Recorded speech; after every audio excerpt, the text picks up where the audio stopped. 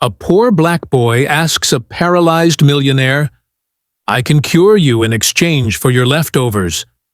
She laughs, and then everything changes. Do you really think I would believe some macumba from a slum kid? Victoria Whitmore's voice cut through the air of the mansion like a cold blade, her steel blue eyes fixed on the 12-year-old boy standing at the service entrance.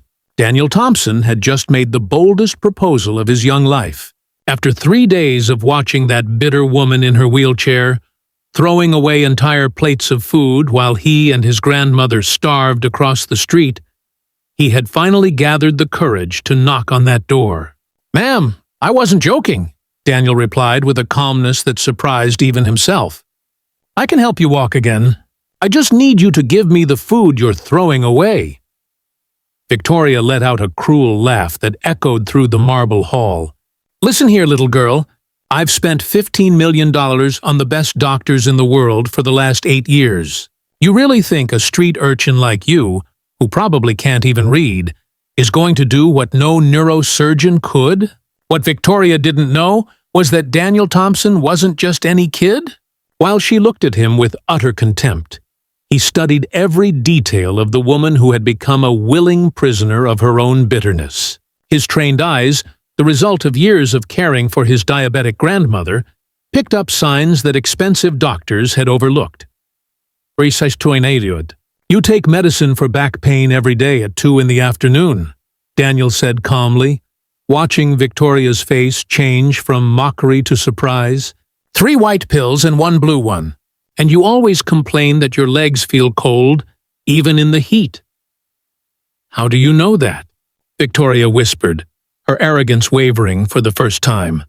Daniel had spent weeks watching her routine through open windows, not out of morbid curiosity, but because he recognized the symptoms his grandmother had exhibited before the surgery that saved her.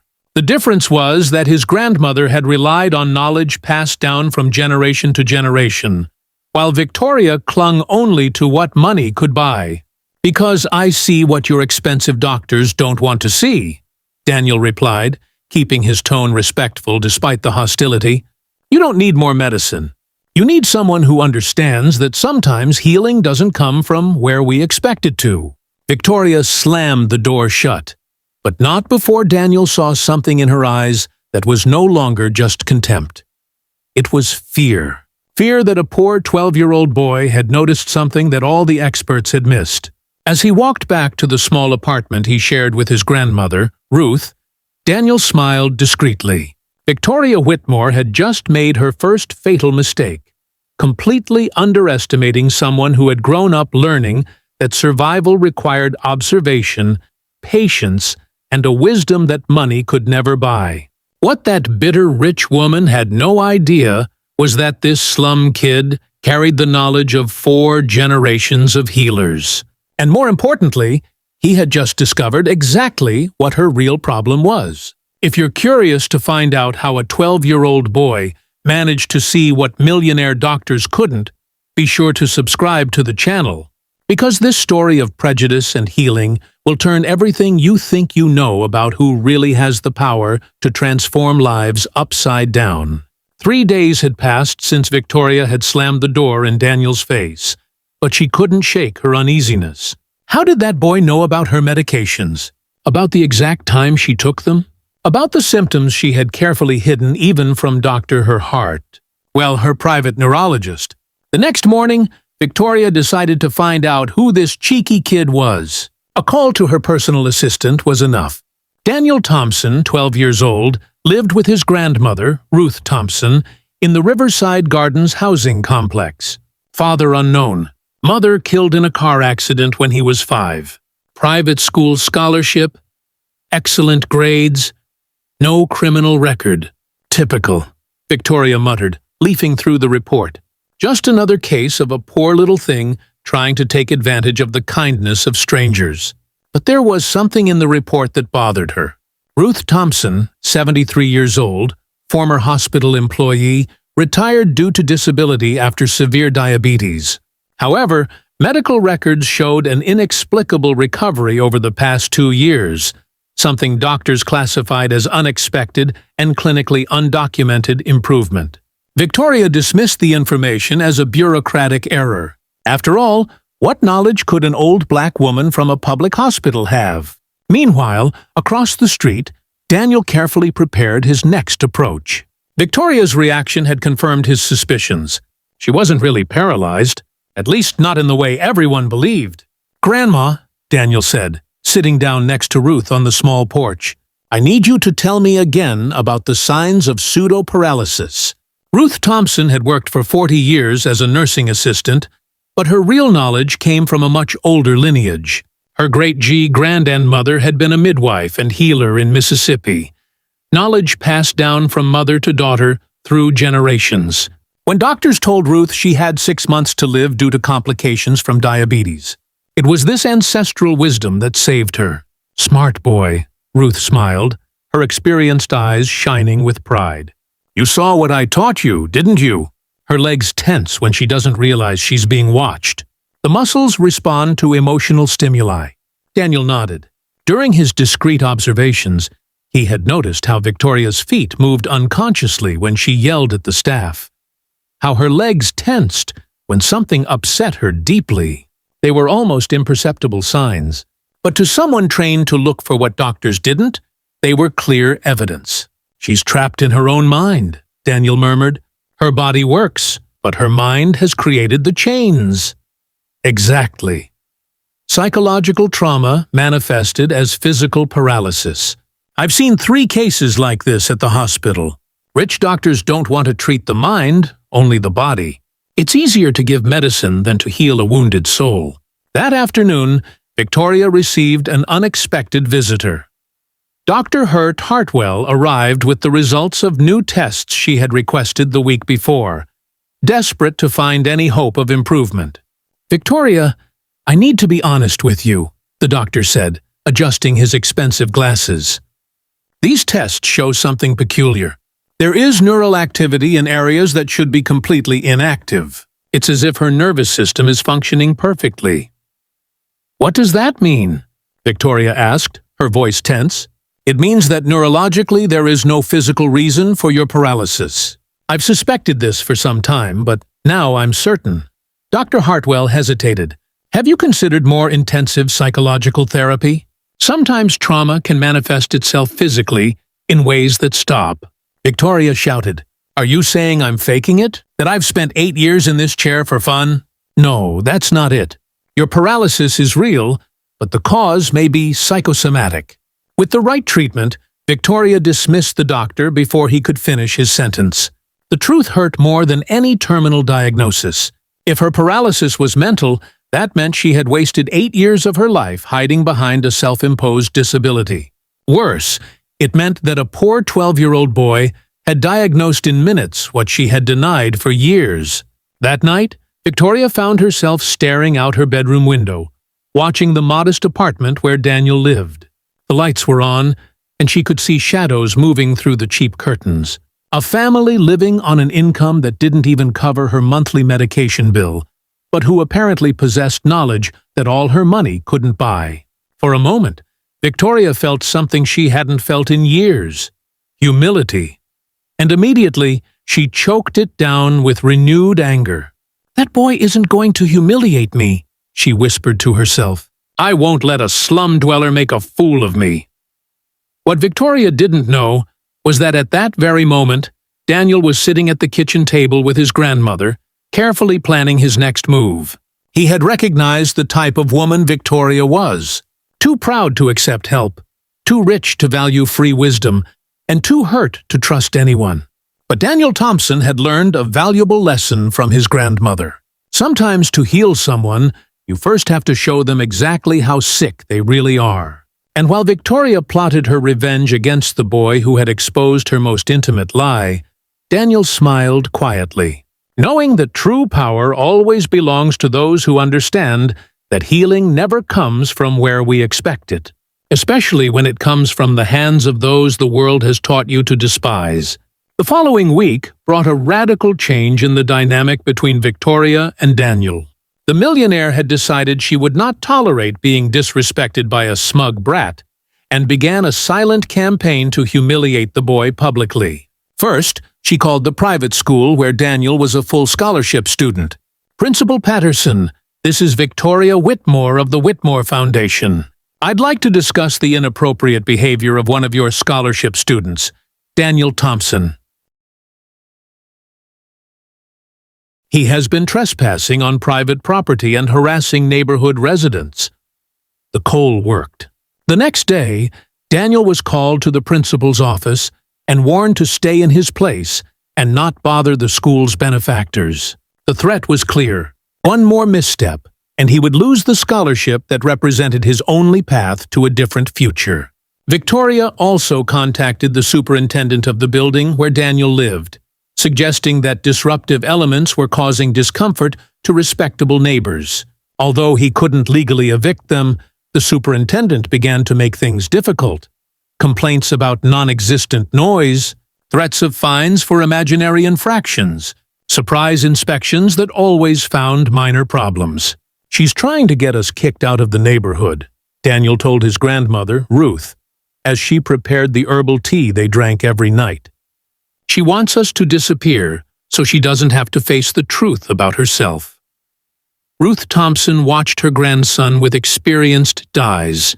At 73, she had survived decades of institutional racism, discrimination at work, and attempts to silence her. She recognized the patterns of behavior of those who used power and privilege as weapons.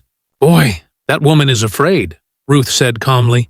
"When rich people are afraid of poor people, it's because they know they've done something wrong. And when they're afraid of the truth, they'll do anything to destroy anyone who can reveal it."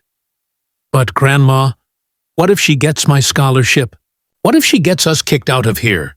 Ruth smiled with the wisdom of someone who had faced far more powerful adversaries. "Daniel, let me tell you a story. When your mother was your age, a white doctor tried to stop me from working at the hospital because I knew too much about treatments he didn't know about. He used all his influence to hurt me. What happened? I did what our family has always done. I observed, I learned, I documented everything. And when the time was right, I used his own knowledge against him.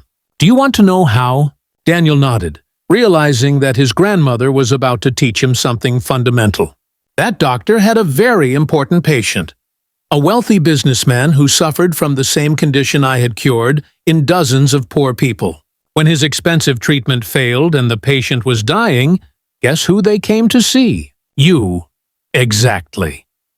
And when I saved that man's life using methods that the arrogant doctor had dismissed, everyone knew who really understood medicine. He lost his position, his reputation, everything. Not out of revenge, but because the truth always comes out. Daniel began to understand. Victoria isn't just afraid that I can help her. She's afraid that people will find out that she rejected help from someone she considers inferior. "Now you're thinking like a real healer," Ruth smiled. "We don't just heal the body, boy. Sometimes we need to heal the sick soul of an entire society." That night, Daniel began meticulous research on Victoria Whitmore. Using the school library's computers, he discovered details that completely changed his understanding of the situation. Victoria had not been born rich. The daughter of poor European immigrants, she had married Harrison Whitmore in 2005, 3 months after discovering he was cheating on her. Even more interesting, Harrison had died under suspicious circumstances just 2 years later, leaving his entire fortune to Victoria. The will had been changed just 1 week before his death, when he was hospitalized after a sudden heart attack. Daniel also discovered something that explained Victoria's particular hostility toward him. The Thompson family had worked for the whites for generations. His great-great-grandfather had been enslaved on the original plantation. His great-grandmother had been a maid in the mansion, and his grandmother, Ruth, had cared for Harrison's mother when she was dying of cancer. But the most revealing detail was in the medical records Ruth had kept secret for decades. Harrison's mother had cured herself of terminal cancer using traditional treatments that Ruth had administered. The family doctors never knew the truth, crediting the miraculous recovery to the conventional treatments that were failing. "Grandma," Daniel said the next morning, Victoria isn't just physically ill. She's sick with guilt, fear, and shame. Her body is reflecting the prison she has built for her own soul. Ruth nodded proudly. And now, my grandson, you understand what true healing she needs. It's not just about making her walk again. It's about making her face who she really is and what she's done. Exactly. But remember, our family has never used our gifts to hurt, always to heal, even when the person doesn't deserve it, even when she hates us. Daniel spent the rest of the week watching Victoria with new understanding. Every cruel gesture she made, every attempt to humiliate him, only confirmed his diagnosis. She wasn't paralyzed by physical damage, but by a guilt so deep it had manifested as actual paralysis. The plan that began to form in his mind was audacious and dangerous. It wasn't just about proving he could heal her, but forcing her to confront decades of privilege built on the suffering of others, lies about her own identity, and crimes she had buried under piles of money. Victoria Whitmore thought she was fighting a poor boy who wanted her leftovers. She had no idea she was about to face 4 generations of accumulated wisdom, a lineage of healers who had survived centuries of oppression, and a young man who carried not only the knowledge to cure her, but also the evidence to destroy her completely. While Victoria planned her next public humiliation of Daniel, the boy smiled quietly, knowing that each act of cruelty from her only confirmed that he had correctly diagnosed not only her physical condition, but also the moral rot that truly held her prisoner. The cure Daniel planned would be much deeper than Victoria imagined, and much more painful as well. The final confrontation took place on a Sunday morning when Victoria least expected it.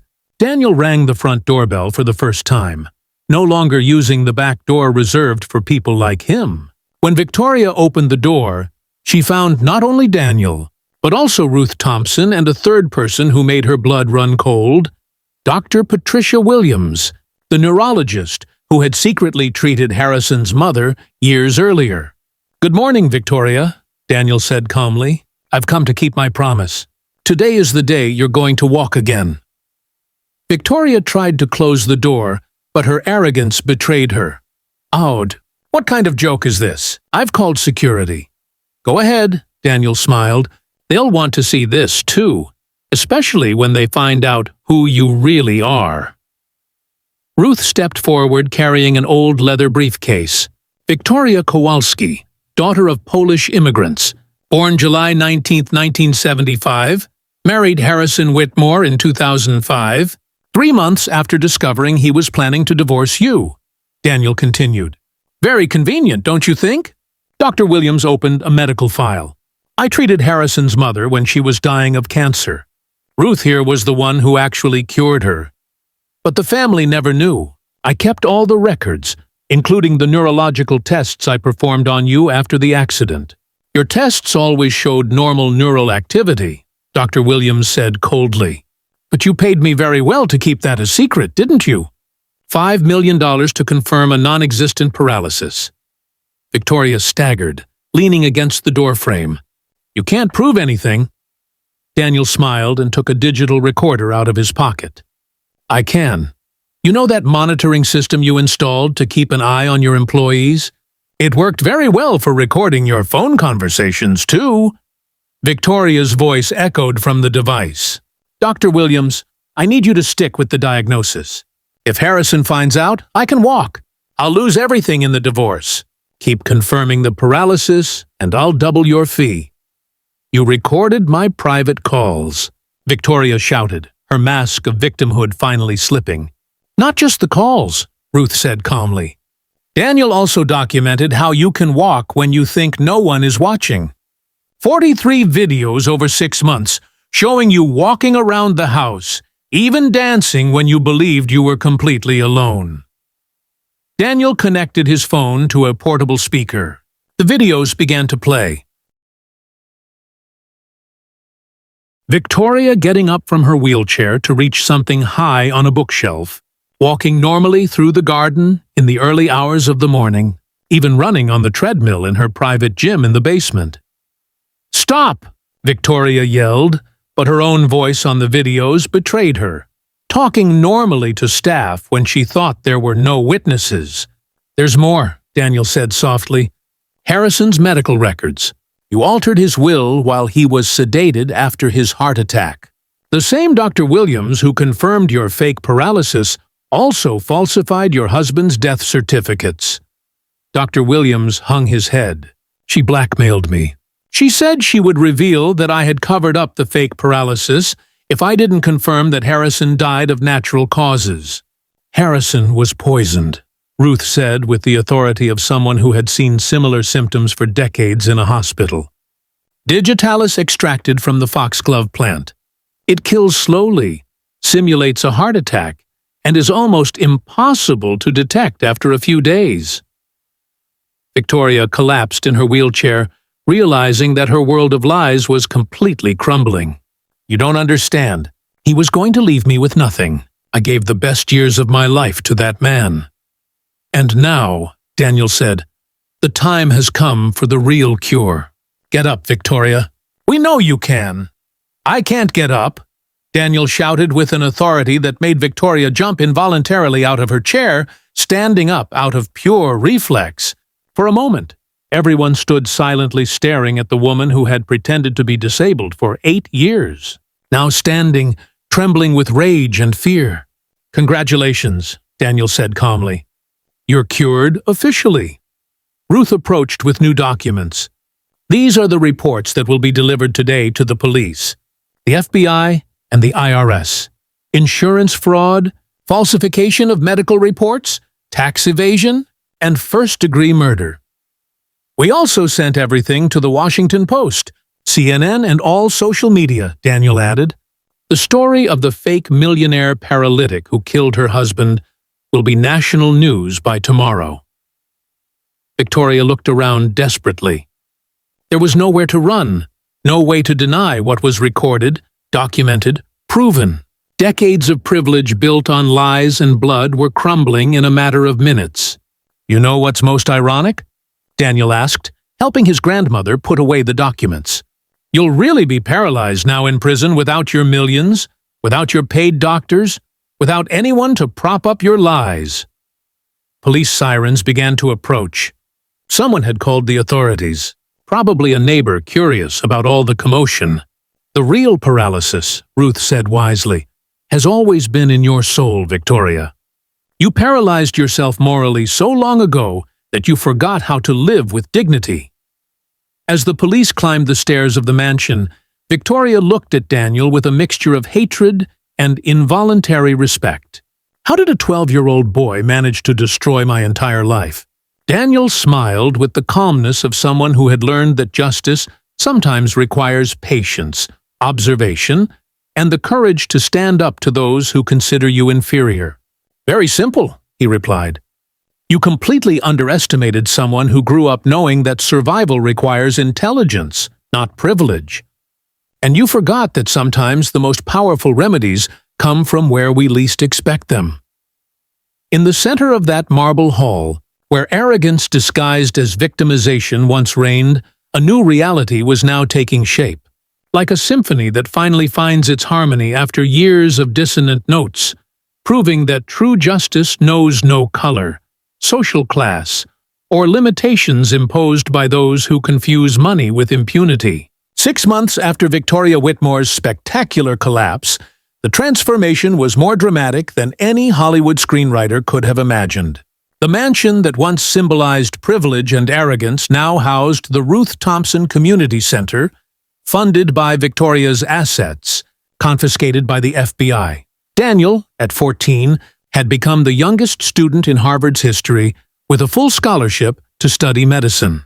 But what made Ruth most proud was that her grandson had turned down dozens of million-dollar offers to give interviews, preferring to continue learning the secrets of generations of healers. Victoria, who had once discarded expensive dishes while children went hungry, now shared a 2-square-meter cell in the federal penitentiary. 25 years in prison for first-degree murder would give her plenty of time to reflect on how she had wasted a lifetime building power on lies. The trial had become a worldwide phenomenon. The The millionaire fake paralytic, who had fooled the medical system and murdered her husband, became a symbol of how arrogance destroys those who underestimate others. But what really captured the public imagination was the contrast between the wisdom of a 12-year-old boy and the ignorance of a woman who had spent $15 million looking for cures that existed next door. Dr. Patricia Williams, the neurologist blackmailed by Victoria, now worked voluntarily at the community center. Daniel showed me that I spent 40 years looking only at machines, she confessed in a national interview. I forgot that real medicine begins with observing the whole patient. That boy taught me more in 6 months than I learned in decades of expensive specializations. Dr. Hartwell, who had accepted payments to confirm false diagnosis, lost his medical license and now worked as a pharmacy clerk. It was the perfect irony for someone who had scorned unscientific treatments while participating in a multi-million-dollar medical scam. The Riverside Gardens community had been completely transformed. Children who had once struggled just to eat now dreamed of becoming doctors, scientists, lawyers. Daniel had proven that intelligence and determination could defeat any system designed to keep them in their place. Victoria did indeed develop problems with her legs in prison. Stress and depression caused genuine muscle atrophy. Now she depended on a wheelchair borrowed from the infirmary, a cheap version that made her old $15,000 chair look like a lost throne. Daniel visited her only once. She looked at him through the bulletproof glass with empty eyes, without the arrogance of before. "Why did you come here?" she asked. "To make sure you understood," Daniel replied. "I never wanted to destroy you. I just wanted you to stop trying to destroy us. You were just a child. And you were a wealthy adult with all the resources in the world. Who really should have known right from wrong?" Victoria finally understood the magnitude of her smallness. A 12-year-old boy had shown more wisdom and integrity than she had in her entire privileged life. Daniel's story became a case study in universities across the country. The Daniel Thompson effect forced institutions to recognize that exceptional intelligence comes from everywhere, especially where we least expect it. Programs were created to identify talent in communities traditionally ignored by academia. Ruth continues to run the center, now expanded to 3 floors of the former mansion. She trains a new generation of healers who combine ancestral knowledge with modern science, proving that true wisdom knows no racial or social barriers.